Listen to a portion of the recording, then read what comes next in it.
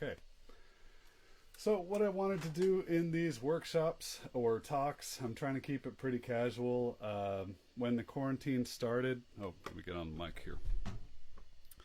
When the quarantine started, I was working very hard on the new book. I had kind of put it by the wayside for a couple of years. I spent a lot of time on the first book and didn't really want to do another one initially. But with all this downtime in the spring, I finally had time to spend some time and think about what I wanted to be in the new book. And it just takes a lot of busy work too, just a lot of copying out of lines and fitting them to saxophone range and making them work. Like you'll see the lines I did today, we're doing some looping kind of patterns, so I had to make them work as loops because often Bach will take things in a different direction. So as we go on, I would welcome any questions. We don't really need to stick to any particular curriculum. I'm basically going through this sheet here and hopefully showing some useful ways to use this kind of stuff, mostly as inspiration. So I really wanted to talk about how these things can be messed with, because it's really not about giving you a list of licks. That's not my intention with this. It's really to have you play through these and hear some nice ideas and ways of connecting chords, because Bach is the best at connecting chords, or one of the first at really navigating harmony with a single line. So let's get started. I'm just going to play through these. So I said I was going to talk about circle of fifths lines today, and that does not mean dominant circle of fifths lines, which I've posted some sheets of in the past. We're doing diatonic circle of fifths lines, so tunes that go that way. I was thinking of Blue Bossa before I started, but that kind of moves that way too, but we'll talk about that in a minute.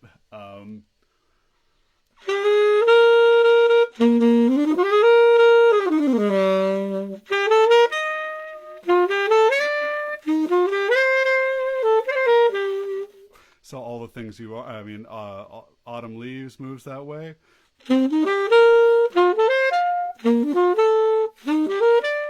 And this was big in the Baroque era. It was sort of the hit thing to do with Handel and Bach. These guys loved this progression. The famous one in the Brandenburg Concerto, which I didn't put in the book because it's only through 3 notes or something.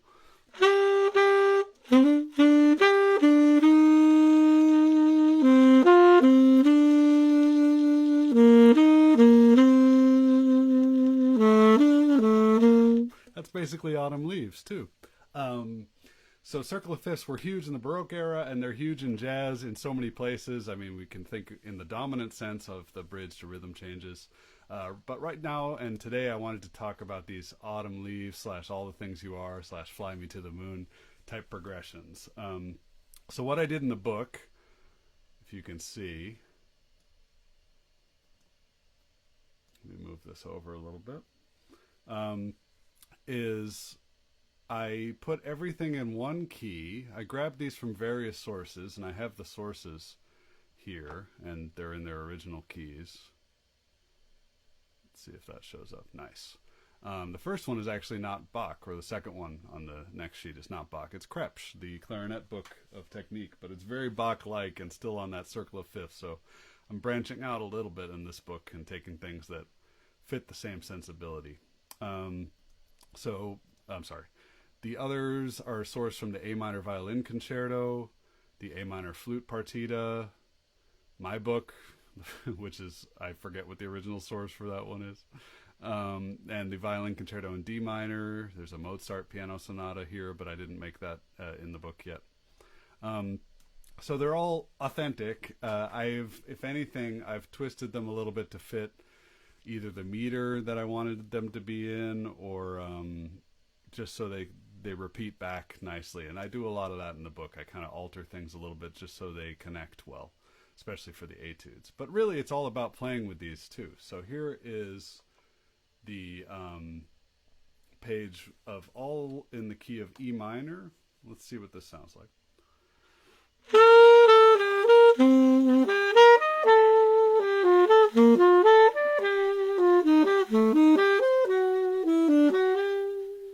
See, for some reason I'm playing in 3 now, and that's kind of what I do when I play through these. I just want to hear the notes. You can play it strict.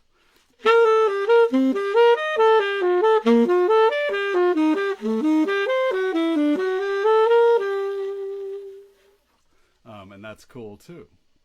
We make sure that the video is even working here. If anyone is here, please drop a comment, because I can see my Instagram is working, but I'm not entirely sure if the stream is working.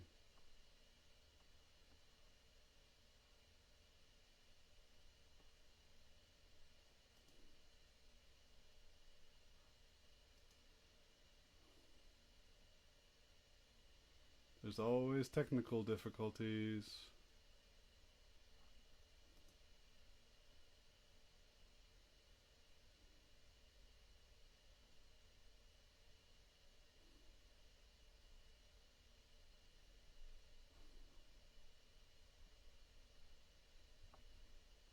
This may end up being just an Instagram live.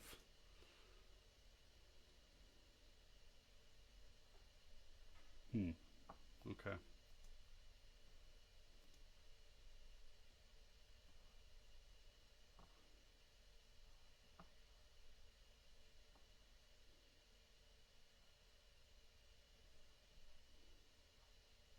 Oh, Facebook looks good. Thank you. To the rescue. Okay, my feed stopped, so it says we're having trouble playing this video, but hopefully that's just for me. Okay, so I am going to not just sit here silently anymore. So where I was on this first pattern.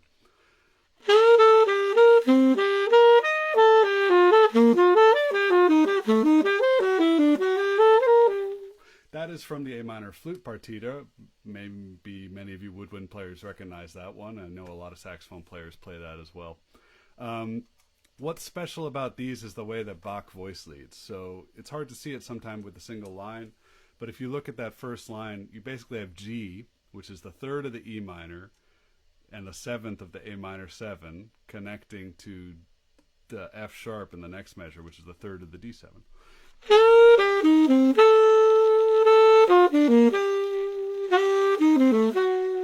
So we have...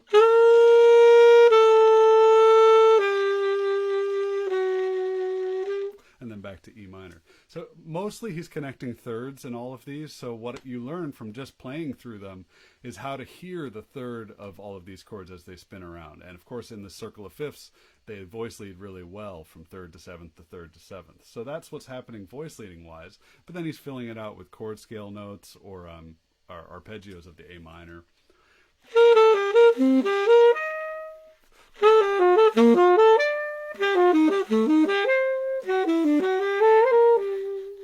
So this one's not too difficult to play on the saxophone, but if I pick it up on the clarinet, which I'll do in a little bit, maybe with a different one, the intervals are much more challenging, for me at least. If you play clarinet first, probably not.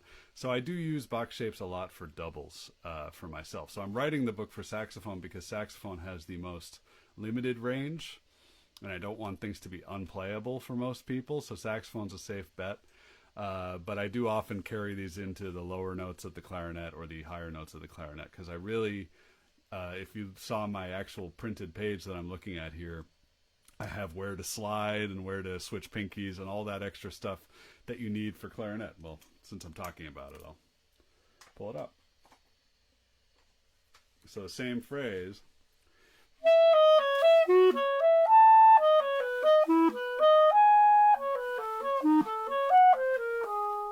Now I'm in trouble. I went to the right pinky and I need to go up to a D sharp. So things like that.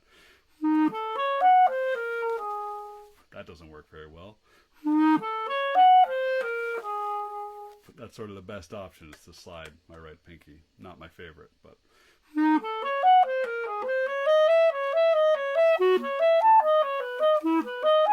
And then just staying open voicing wise for those wide arpeggios, which is the biggest thing from Bach.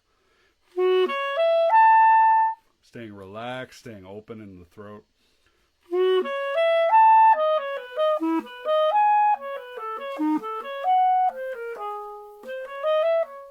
And then what I really want people to do with these is play through them and have ideas. So I could take that same pattern and break it up more Paul Desmond style. So leave space, don't make it as much of an etude.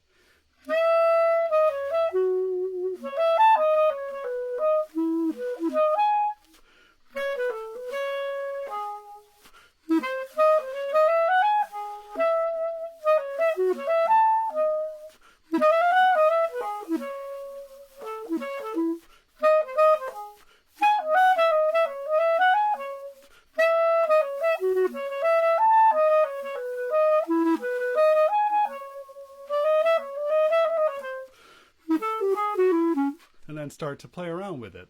One of the things Joe Lovano mentioned once in a workshop was that he would read out of that the Joe Allard book, which I could try and go grab, but I don't know if I want to dig through the bookshelf right now, of reading exercises. And they're like these 2-line or 1-line melodies, usually kind of out, but they have chord symbols. So he said he would play and read through the line that Joe wrote, and then just start to improvise around that little progression. And this little progression is very catchy and useful for us as musicians. So the reason I put the whole page in one key and then every other page is a different key is so you can get into the groove of the chord progression. So I'll go back to alto.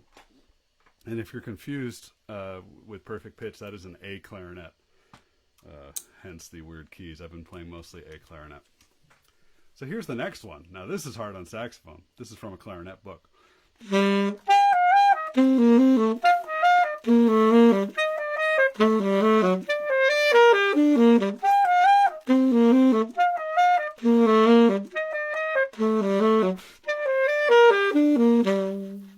that would be the next line, and that's from Krebs, like I said, but it does follow that circle of fifths pattern where it's connecting to the third of the A minor, the C there, the F sharp, and the D7, but they're all in different octaves, and this is what I call a split line line. So there's two voices here. Masculine and feminine is one of the traditional ways that they talk about that with Bach's music, meaning the higher notes would be played more softly and the lower notes would be brought out. I'm probably not going to write those kinds of things into the book because this is not a strictly classical book. It's just classically derived. But I might. I'm thinking about it.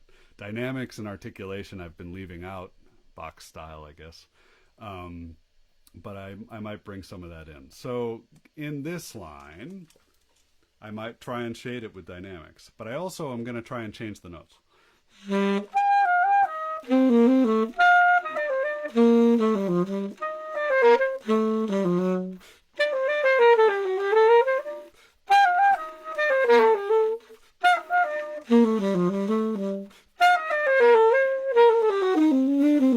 You know, I'm feeling it out, so I'm going to make mistakes too, but it's really about trying to play with this same sensibility. And I think that's what Paul Desmond does most of the time when you listen to him, is he has a vague idea of one of these kind of, especially these split line kind of voices, where he wants to play something up high, something down low that answers it, and he tries to carry that through chord progressions like he did with Gone with the Wind on the Jazz at Oberlin concert and things like that. But it's not about being strictly correct, because if you play it straight over a tune, it's not cool. So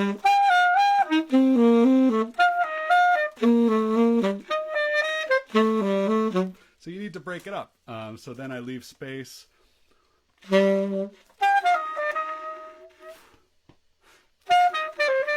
Just the top voice.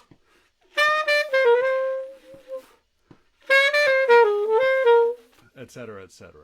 Okay, so now if I play the first line and the second line together, I start to get into a groove, and then we'll carry on right to the next line.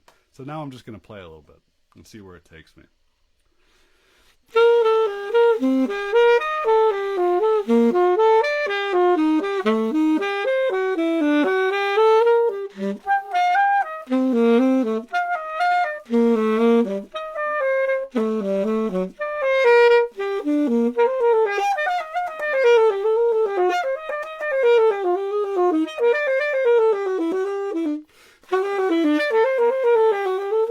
So I have to practice these too. That's a hard one.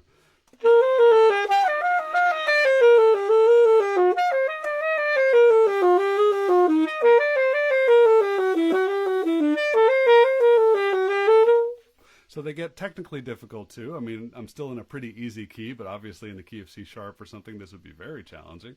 And I'm still getting used to this Conn alto. But I really like this one.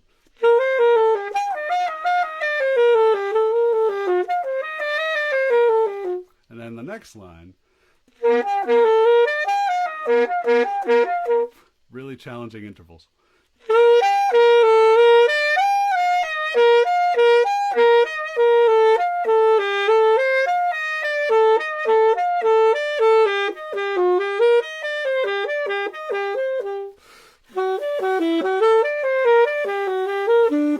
And these are all from the violin concertos. That's a really nice one. On clarinet, too, that's another challenge. Wide intervals.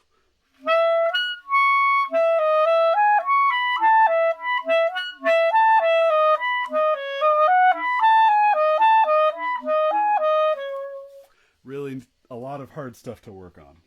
That's why I put the book together, is for interval practice. So you could really spend a lot of time on these, drop them down an octave. Obviously, transposing them into different keys on your own is great. Here's the next one.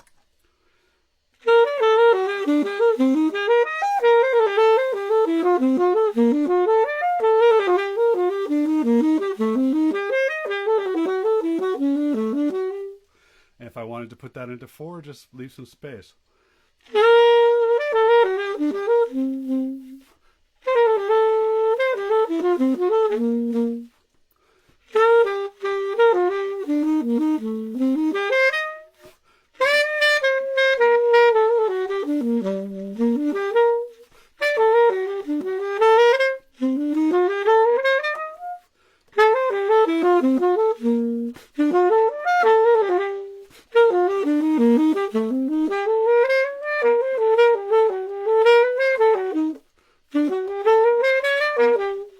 Trying to find inspiration from it. So if I break away from it, who cares? I'm kind of changing it as much as I feel like. So let me play the last line before I go on to anything else. I like this one a lot too. This is really feels good on the fingers.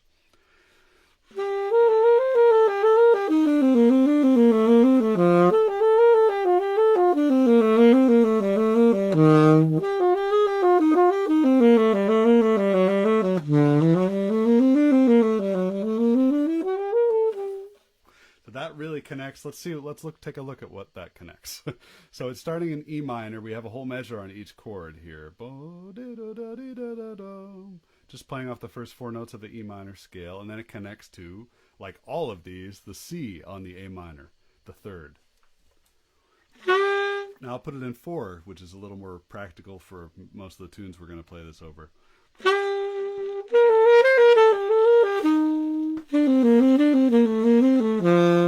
That's the root, but it goes right up to the third.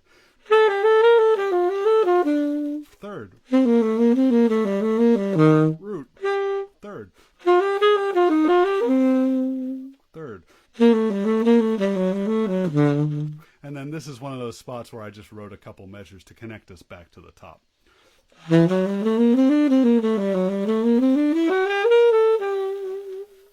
So now if I take this is basically Fly Me to the Moon, right? So if I take Fly Me to the Moon and just play that melody a little bit, and then try and work in some of this, totally not thinking I'm playing one of these specific patterns, but just now that I've played that page, I want to be inspired by it a little bit.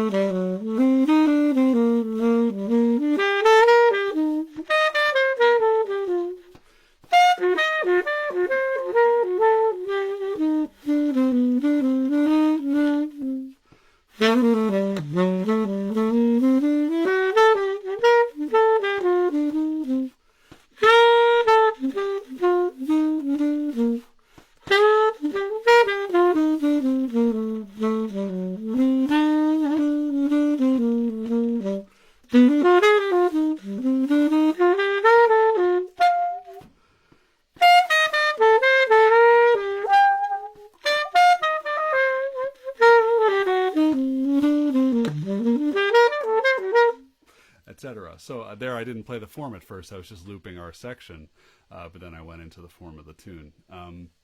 So these chord progressions going back to the Baroque era are great, obviously, for playing on tunes like this. I did write a couple etudes. that I've posted before, but let's look at one of the etudes that I played. And if you have any questions, oh, I have comments. Yeah, good. Let me know. I should mention, what else is going on? That the printed book of book 1 is on sale. It's for less than the digital copy right now. So you can get the book, which looks like this, printed nicely. Whoa, where am I? Here we go. For $14 plus shipping, because I'm running out of these, and I'm going to transition to Amazon Print on Demand for the next few books. And this CD, my Fresh Sound CD, As the River Sings, will come with that. So please do order that.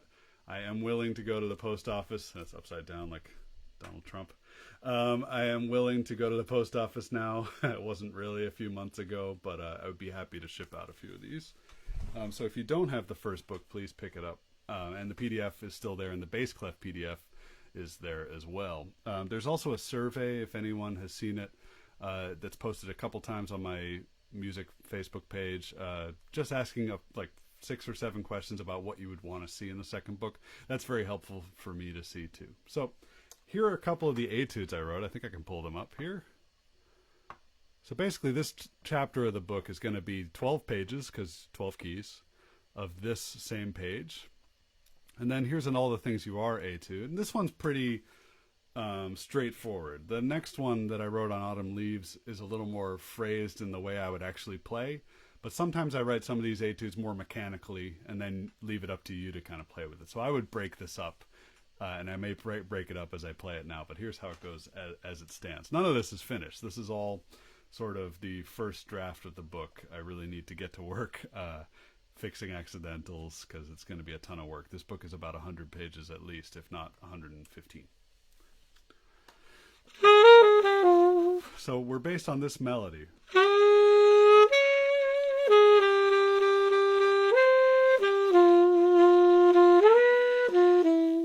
So keeping that in mind as you hear me play through the line.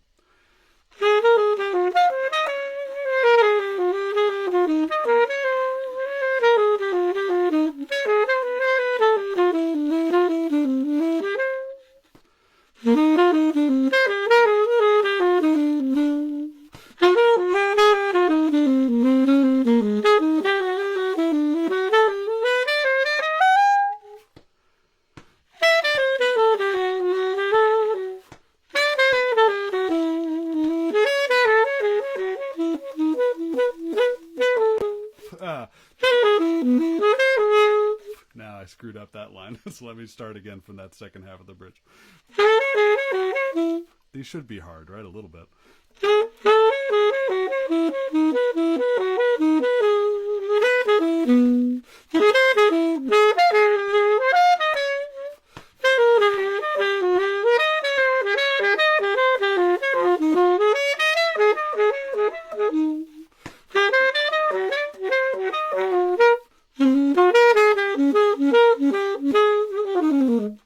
Etc.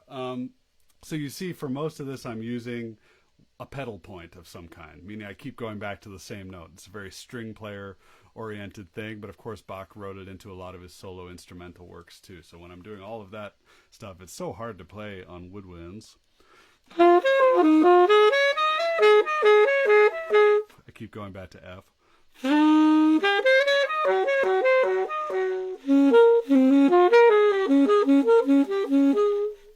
And of course, those are very clarinet-y, idiomatic things as well.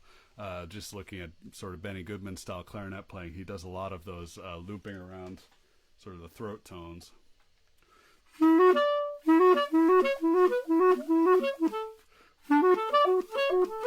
Etc., etc. So coming back to the same either 1 or 2 note loops. I have a whole other chapter of the book on just those, on those really difficult intervallic loops.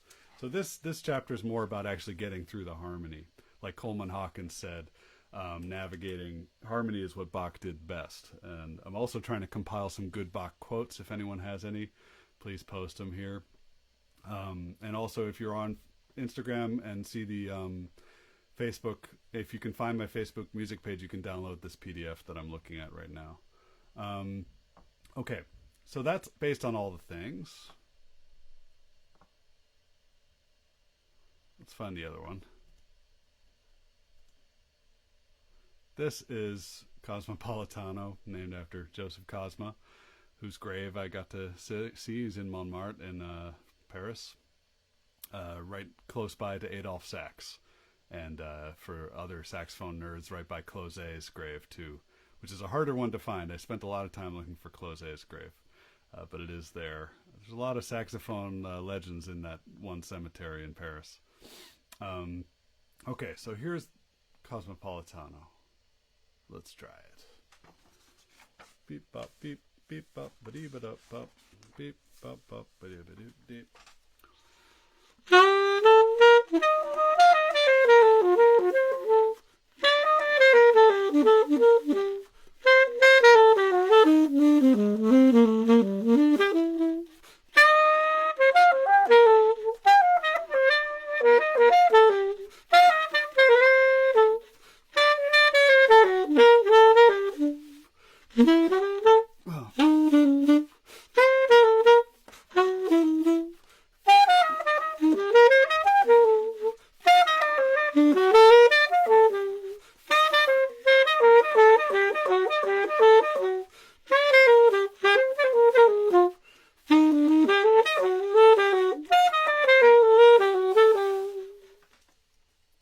So what I did there is tried to go in and out of my comfortable vocabulary. The end of that is not Bach, obviously. Much of this is not Bach. But I'm trying to keep that intervallic sensibility.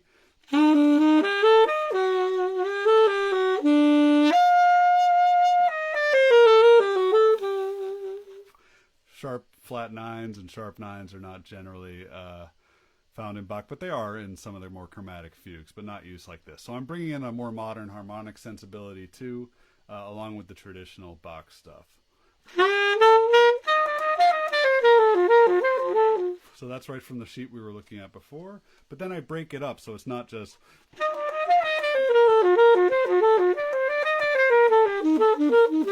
That would be too mechanical, so you need to leave some space.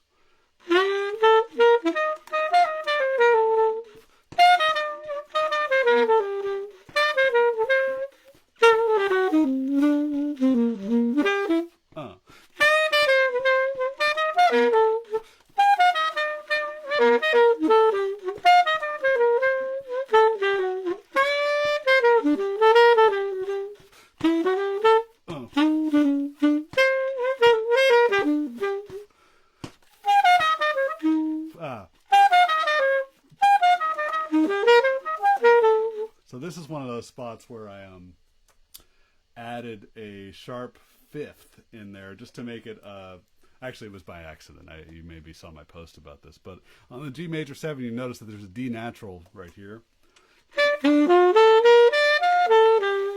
But often when I'm playing this old Conn, in between my legs, the E flat key gets pressed down by my leg because I'm not used to it. I'm used to playing my Mark 6 or whatever. So it grabbed this augmented sound, which I really like, so I'm writing that into the final version. Very cool. I don't know if that would work on the previous one, the A minor, not really.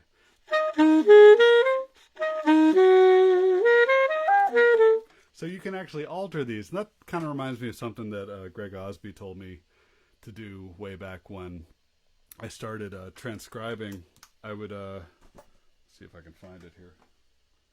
I think this is my old transcription book. And he would say, don't transcribe, not don't, but you don't have to transcribe whole solos. You could just grab little bits and kind of write them out in different keys if you want. This is my book. See if you can see some of this. Ooh. So I got Sonny Rollins and I'll Remember April, Joe Lovano and whatever. I heard him probably live. I maybe bootlegged on a mini disc. And these kinds of notes, little blues ideas. And I still do this. I still grab little things I want to remember. And then he would say, mess with it then. So if I take that Sonny Rollins line, I know there's an example in here somewhere. Or like, for example, this is Art Tatum. Written out in 12 keys, just a little run. So Art Tatum's all about runs. So playing those on saxophone is really interesting. Where's the Sonny Rollins example?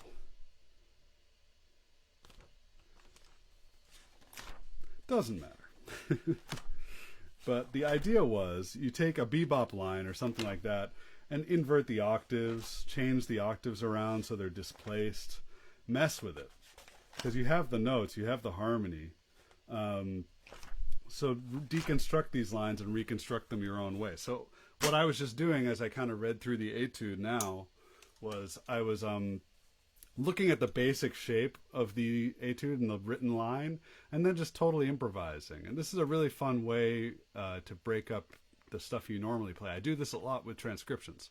So I might just pull out a published transcription of Sonny Rollins or Sonny Stitt and kind of I'll play it the right way first, but then I'll kind of paraphrase it and grab little things, because that's a way of making it music and making it internalized. So if I take, again, let's do a different one.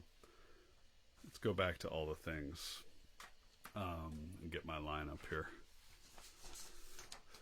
Since this one's not as outside the box, I want to mess with it a little bit.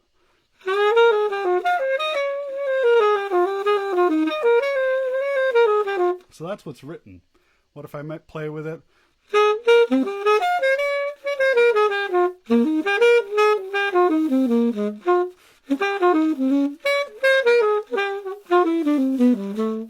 You know, I'm playing with the phrases quite a bit. Let's do it again.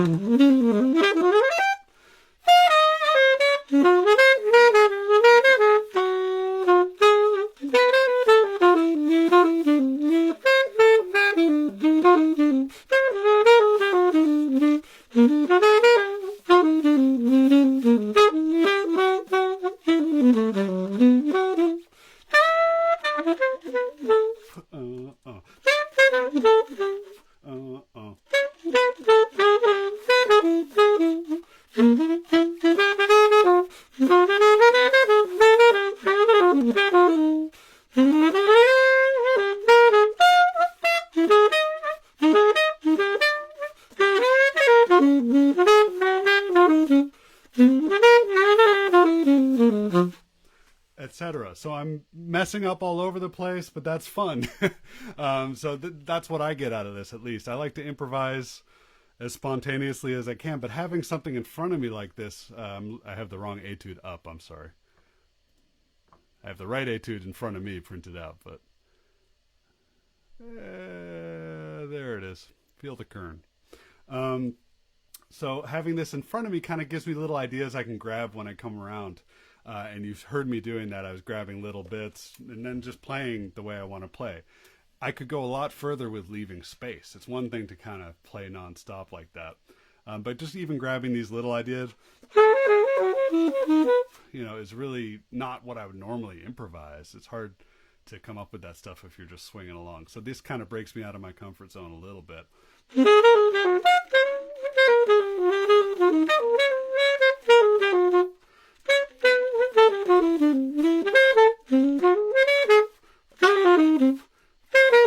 And then I can't stop hearing that chord progression. I mean, that's the thing about great chord progressions, especially something like All the Things You Are, is it just runs through your head nonstop. And as a beginning player, it's really important to get that happening. And it took me a while. And you even hear, I've taught even more advanced players that don't have that. You can get really good at the saxophone and really good at playing a lot of stuff before you get really good at always knowing where the form and the harmony is.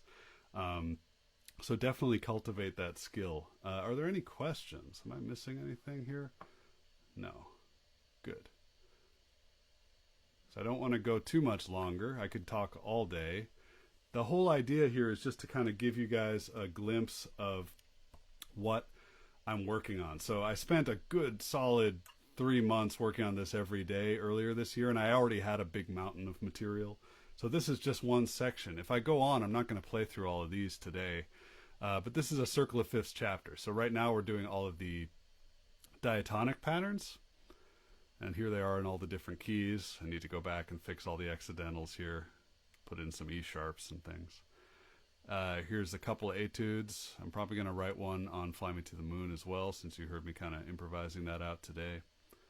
And then here are the dominant ones that I've not done a video about. Well, actually I have on YouTube, on my YouTube channel, which you can see is my name. Here's a whole bunch from the Brandenburg Concerto, from the A minor flute partita, from the harpsichord concerto in F minor.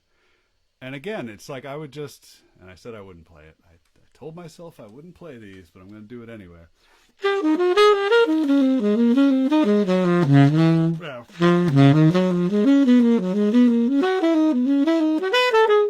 Just getting that into your head.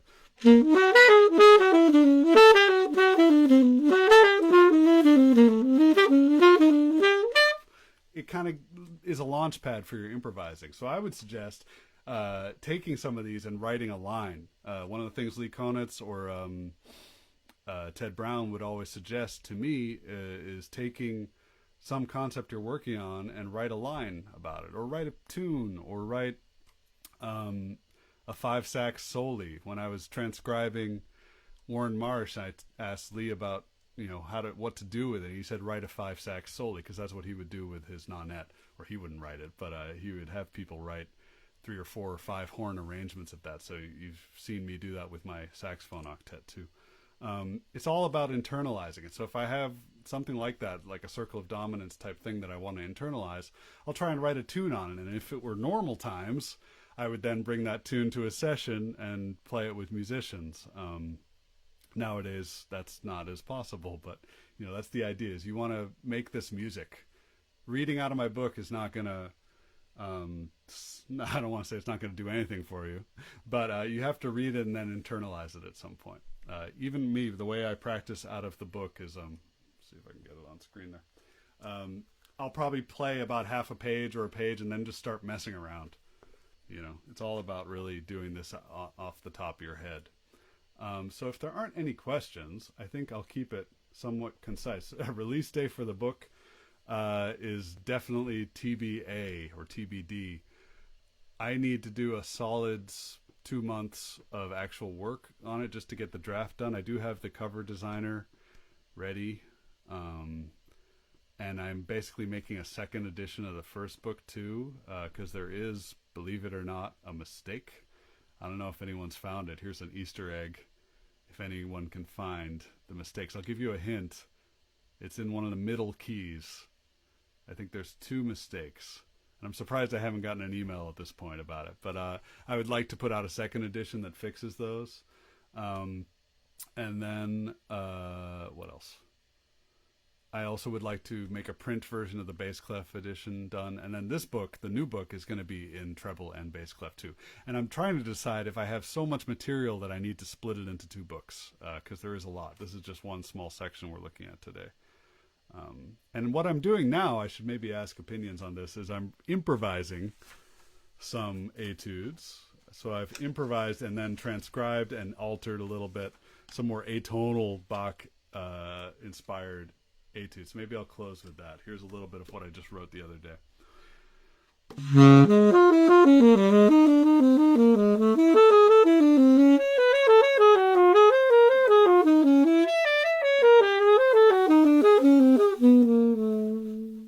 Now I might mess up the next part, but here we go.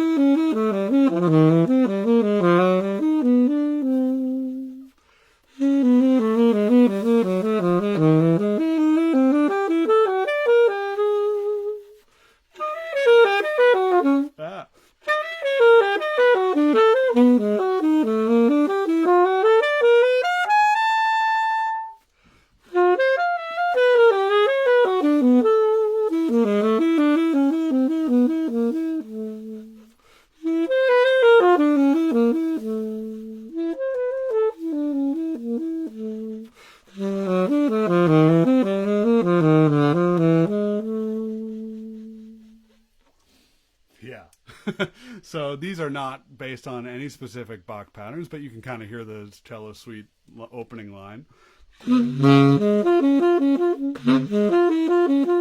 There's sort of a quote of that, but otherwise it's really just free-form Bach. So I've written a few of these. I might try and do one or two more. They may not make it into the book, but it's another fun way for me to try and internalize things. Okay, so that is it. I'm going to try and do this every 2 weeks because I have a ton of things in the new book to talk about. I see Alex. Thanks. So if there are no questions, I'm going to wrap this up before my computer explodes. I think I need a new computer for all of the work that's being imposed on it these days. Somehow my phone is hanging on, so hello, Instagram. Cool, that's it. Thanks so much for joining. So please do check out the book for sale on my website.